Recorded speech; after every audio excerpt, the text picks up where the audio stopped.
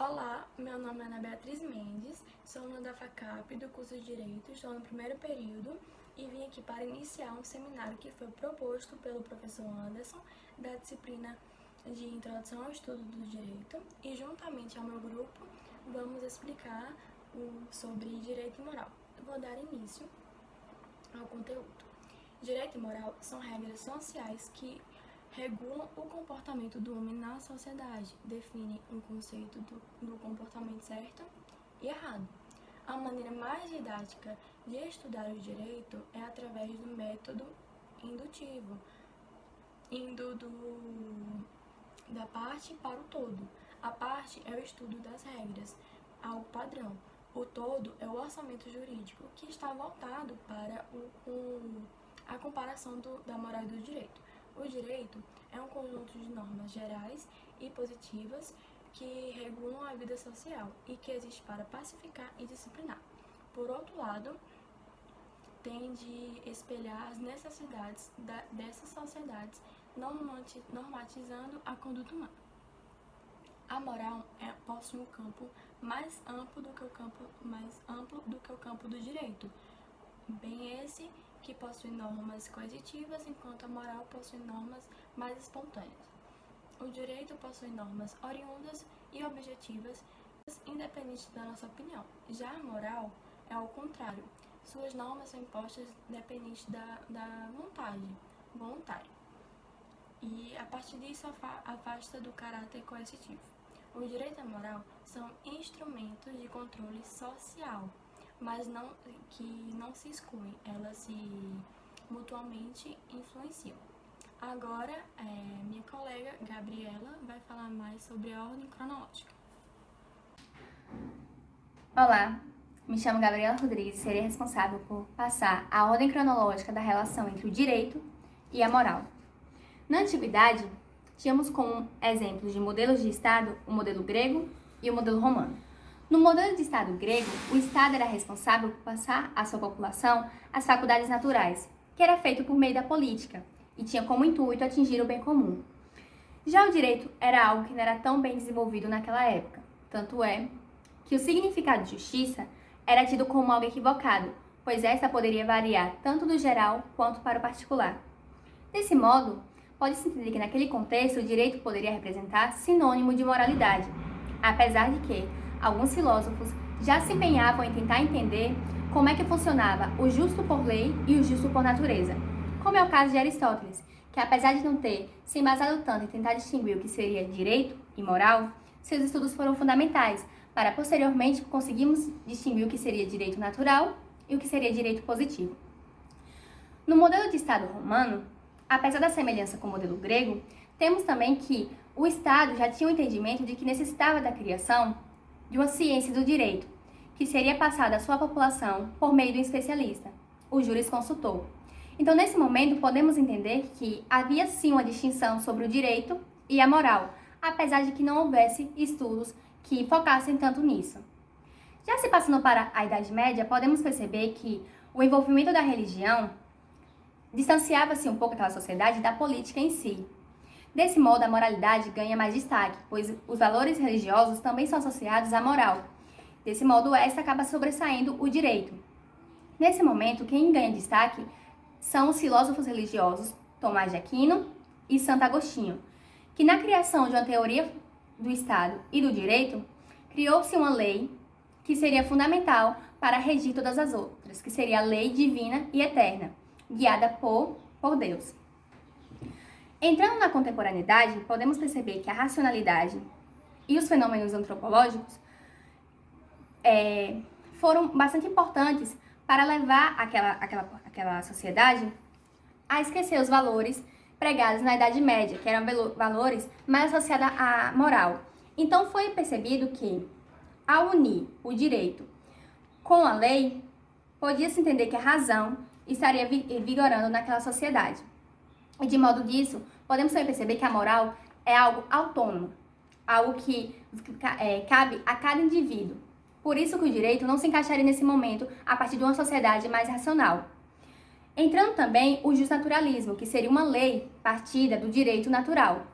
E desse modo, Ao fechar um contrato por meio do contratualismo, podemos entender que a moral iria sempre se opor a esse contrato. Olá, meu nome é Vinícius e eu vou falar um pouco sobre a moral. Primeiramente, o ser humano é um ser moral não só porque ele é capaz de fazer escolhas, mas porque ele é capaz de analisar o porquê dessas escolhas. Nós somos dotados da conduta moral, que é a capacidade que temos de realmente analisar as nossas ações, seja ela do passado, do presente. Também temos a capacidade de formular juízo sobre o futuro. Uma das dúvidas que se tem bastante é o que é a moral, ou o que é moral e o que não é, o que é imoral. Bom, moral são os princípios que seguimos em nosso dia a dia. O conceito de moral não é fixo e imutável. É aquilo que seguimos simplesmente e livremente porque decidimos assim. Como afirma o jornalista e professor Clóvis de Barros Filho, a moral é aquilo que não faríamos em momento algum, mesmo que não tivesse ninguém olhando, mesmo que fôssemos invisíveis. Não consta na lei, por exemplo, que é imoral você usar o celular na mesa de jantar perante a sua família, mas em algumas famílias isso é considerado imoral, porque em teoria a mesa é um local sagrado de congregação para a família e etc.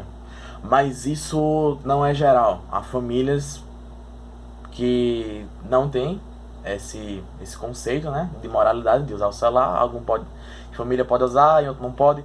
Tem gente que nem janta na mesa, enfim. A moral não se encaixa como fato social, porque apesar dela ser externo ao indivíduo, dela ser coercitiva e dela ser geral, ela depende bastante da particularidade. Seu poder está de fato ligado à coletividade, assim, da sociedade no geral, mas seu poder está ligado também à particularidade. O que se considera moral aqui, o que se considera imoral aqui é diferente do que se considera em outros países, mesmo tendo algumas semelhanças. É o chamado relativismo moral e também o relativismo cultural. Também temos que ter em mente que o conceito de moral é passado de geração em geração. Muito do que se considera moral hoje em dia é herança do que gerações passadas consideravam moral e moral. A igreja, por exemplo, dominou o senso de moral por muito tempo. Pregou caças contra homossexuais, contra deficientes e qualquer outros que não se encaixassem em seus padrões propriamente assim pré-moldados.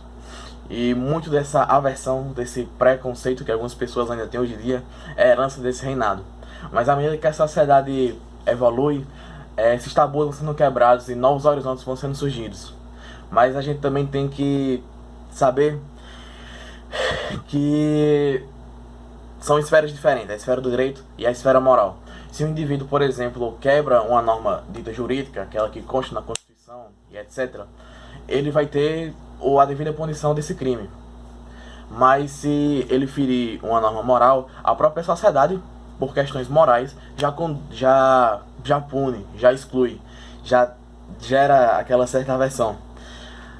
Novamente, a esfera da moral é muito mais ampla que a esfera do direito, já que a esfera do direito ela se atém a questões específicas.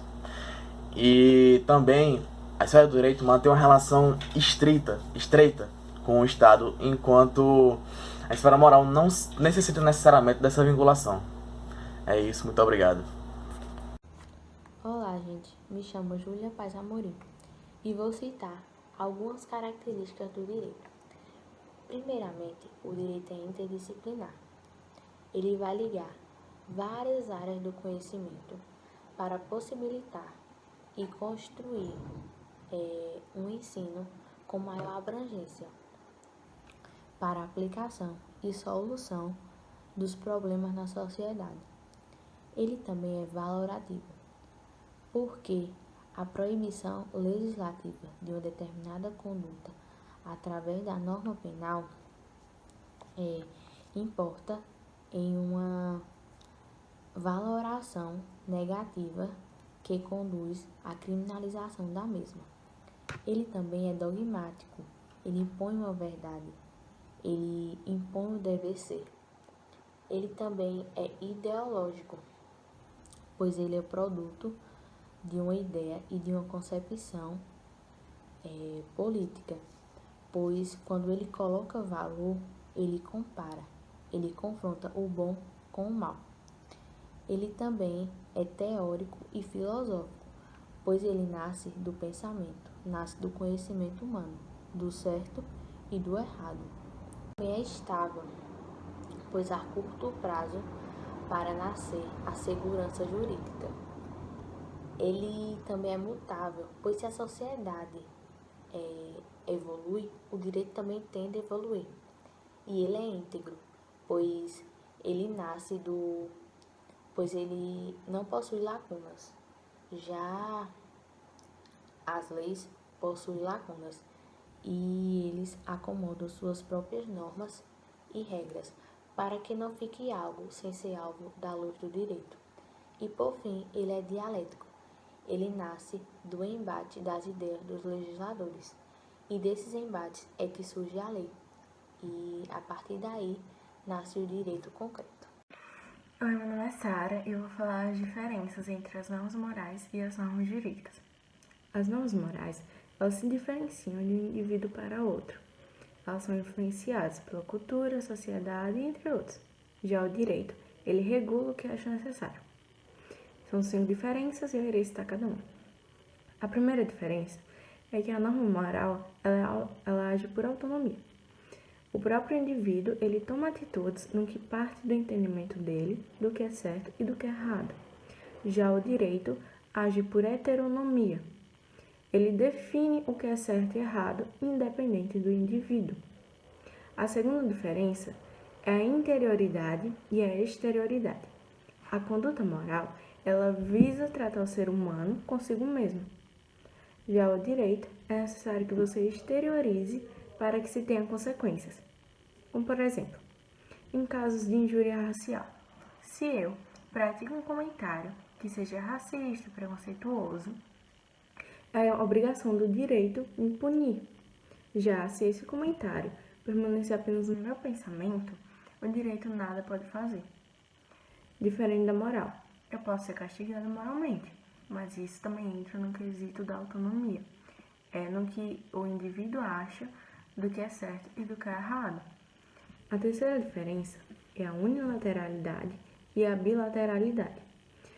A norma moral, ela se preocupa com o próprio ser humano.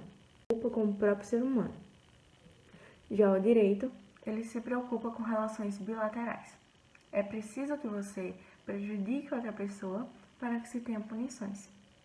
A quarta diferença é o grau de coercitividade, em que um é menor e o outro é maior. A norma moral, ela é mais difícil de ser imposta, porque as sanções delas, que são as punições, elas são consideradas leves e não fazem tanto medo para a sociedade. Já o direito, ele tem sanções mais duras e isso torna ele mais fácil de ser imposto. E por fim, a quinta diferença, que é no que se refere às sanções. A norma moral, ela tem sanções difusas, que são desorganizadas. Elas podem ser um sermão, podem ser uma discussão, e em casos extremos, pode levar à exclusão do indivíduo da sociedade. Tem como exemplo, nos séculos passados, em que as pessoas apanhavam em praças públicas quando praticavam atitudes que eram consideradas imorais diante da sociedade. As normas jurídicas, elas têm sanções organizadas. O Estado, ele define, através do direito objetivo, que são as leis, quais são as consequências para os atos dos indivíduos, como, por exemplo, as penas que são aplicadas aos crimes.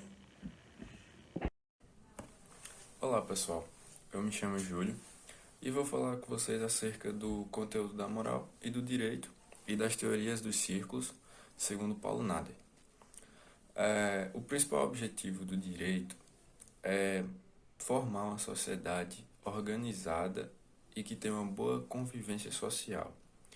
Ou seja, esse é o principal objetivo dele. O objetivo da moral é tentar produzir que o ser humano se autorregre, ou seja, um aperfeiçoamento pessoal. Ele vai ter seus deveres e cabe a ele escolher cumprir ou não. Já falando sobre as teorias dos círculos, a primeira é a teoria dos círculos concêntricos, elaborada por Jeremy Bentham, que foi um filósofo e jurisconsulto inglês. Ele recorreu à figura de dois círculos concêntricos para mostrar essa teoria dele. Ou seja, tinha um círculo maior, que foi concebido ao complexo da moral, e o menor, que era o direito. Ou seja, o direito ele é mínimo, ele só vai tratar do essencial para regrar a sociedade. E a moral vai regrar todo o resto, ou seja, o ser humano, ele vai ser regrado pela moral, não vai precisar ter uma norma jurídica. Isso faz lembrar a teoria do mínimo ético de George Jelinek, que foi aperfeiçoada por Jeremy Bentham, que o direito só é tratado essencial para o convívio em sociedade. Um exemplo bem claro dessa teoria dos círculos concêntricos é a homossexualidade, porque na visão moral, a homossexualidade é uma coisa errada em certos grupos sociais, mas para o direito não há nenhuma repreensão, ou seja, só a coerção da moral. O direito não vai agir sobre isso. Seguindo, temos a segunda teoria dos círculos, que é a dos círculos cercantes, que foi elaborada por Dupasquier. Ele não recorreu à figura de círculos concêntricos, ele usou círculos cercantes, ou seja, tem o círculo da moral e o círculo do direito. Eles vão ter suas particularidades, cada um vai ter sua, vamos supor, eu tenho minhas coisas, eu vou cuidar disso, a moral fala, o direito fala, eu também tenho minhas coisas, eu vou cuidar disso. Mas eles compartilham de uma parte em comum, que eles vão compartilhar conhecimentos. E essa é a teoria dos círculos cercantes. A terceira e última teoria é a teoria dos círculos independentes, ou teoria kelsiana. Nesta, Hans Kelsen, ele dividiu, direito é uma coisa, moral é uma coisa. Ou seja, círculos independentes. Direito e moral não se juntam, eles não congregam conhecimentos. Dessa forma, ele fala que o único elemento essencial para a existência do direito é a norma. Porque se o direito for seguir todos os preceitos morais, não tem como haver um direito. Porque cada pessoa tem sua moral. O que é moral para mim pode ser imoral para alguém. E o que é imoral para alguém pode ser imoral para mim. Ou seja, se o direito for seguir todos esses preceitos, nunca chegará num consenso. E para haver uma independência, ele fala que é necessário dividir. Moral é uma coisa, direito é uma coisa. E eles não vão se interligar, não vão compartilhar conhecimentos. É isso, pessoal. Espero que vocês tenham entendido e muito obrigado. Olá, me chamo Samuel Augusto e hoje vamos falar sobre o princípio da moralidade. Lembrando inicialmente que o princípio da moralidade tem uma ligação direta com o princípio da legalidade.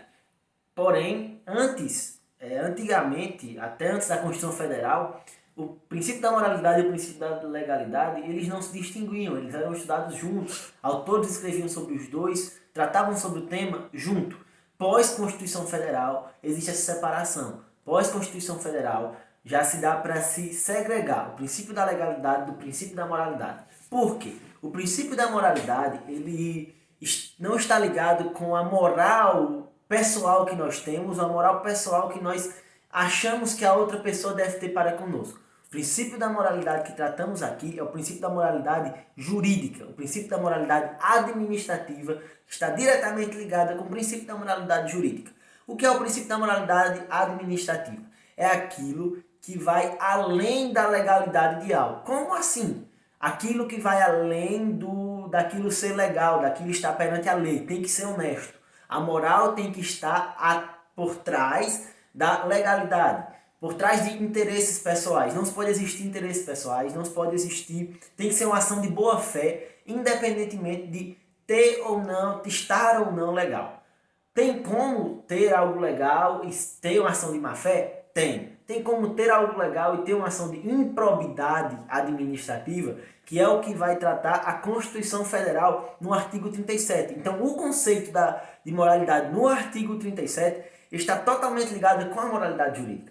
Porque se tem como, e a gente sabe, a gente vê em alguns casos específicos, o fato de que as pessoas, elas, de uma visão geral ou de uma visão externa, aquele fato, aquela obra, aquele cargo é dado de forma legal, mas não é dado de forma honesta, não é dado de forma moral. E aí é onde está o princípio da moralidade administrativa, o princípio da moralidade jurídica. Não basta simplesmente obedecer à lei, tem que existir honestidade nos atos de administração pública. Tem que existir imparcialidade do administrador, não do administrador, desculpa. Tem que existir imparcialidade da pessoa que está sob o poder público.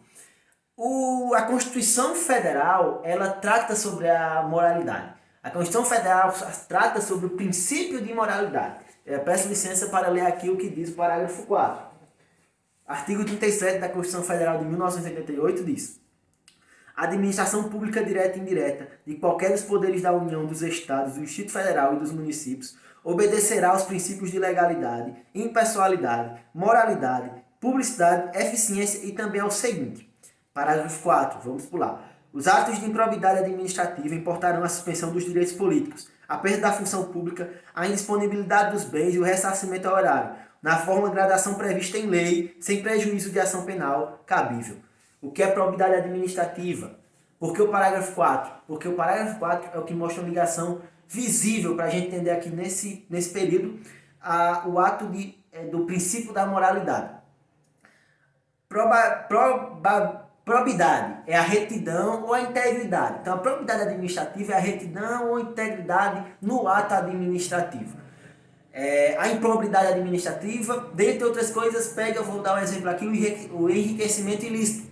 Enriquecimento ilícito, que vai tratar entre várias formas de ato público, que, como já foi explicado anteriormente, a gente pensa que algo está na legalidade, mas por trás daquilo existe um princípio, foi quebrado o princípio da moralidade. Por trás daquilo foi quebrado o princípio da moral. O que acontece? O conceito de moralidade na Constituição Federal é visto mesmo assim por muitos como vago e impreciso. É visto mesmo assim por muitos como algo que não dá para se burlar, mas que não é explicado. Mas a Constituição Federal deixa bem claro aqui. É preciso ter o ato, não só do princípio da legalidade, como nós falamos no começo, mas também o princípio da moralidade, probidade administrativa. Que a pessoa seja precisa, que a pessoa seja imparcial, que a pessoa tenha decoro, lealdade, boa-fé, entre outras coisas. Isso foi o que nós tratamos aqui rapidamente sobre o princípio da moralidade administrativa no direito e a diferenciação entre a moral no nosso dia a dia e também sobre o princípio da legalidade. Olá, meu nome é Dara Giovana e vou falar sobre a ética, que é o ramo da filosofia que lida sobre o que é bom ou mal, sobre o que é certo e o errado. As palavras ética e moral têm a mesma base, que é a etimologia, que ambas significam hábitos e costumes. A ética, a moral e o direito são três palavras profundamente vinculadas, pois desrespeitam ao comportamento, à conduta humana em sociedade. A ética estabelece regras básicas, princípios básicos que sirvam para todos. A ética, ela é a reflexão da moral, né, que nos diz como viver em sociedade, e ela também tenta justificar as regras postas pela moral e também pelo direito. Já a moral, ela é uma conduta determinada entre grupos, nações, né, e também culturas. Portanto, nós seguimos a moral porque a sociedade nos diz que é o certo. E tanto a moral como o direito possuem conteúdos éticos, isto é, sentido de agir. E as ações, mais amplamente, a conduta pode ser ética ou jurídica. E quando falamos de ética jurídica, entende-se de conjunto de regras de conduta que regulam as profissões, isto é, que têm o objetivo de garantir a prática, o exercício de atividades da prática e de preservar o exercício do profissional, da profissão, que temos como exemplo o advogado. Obrigada pela atenção de todos e espero que tenham gostado da nossa apresentação.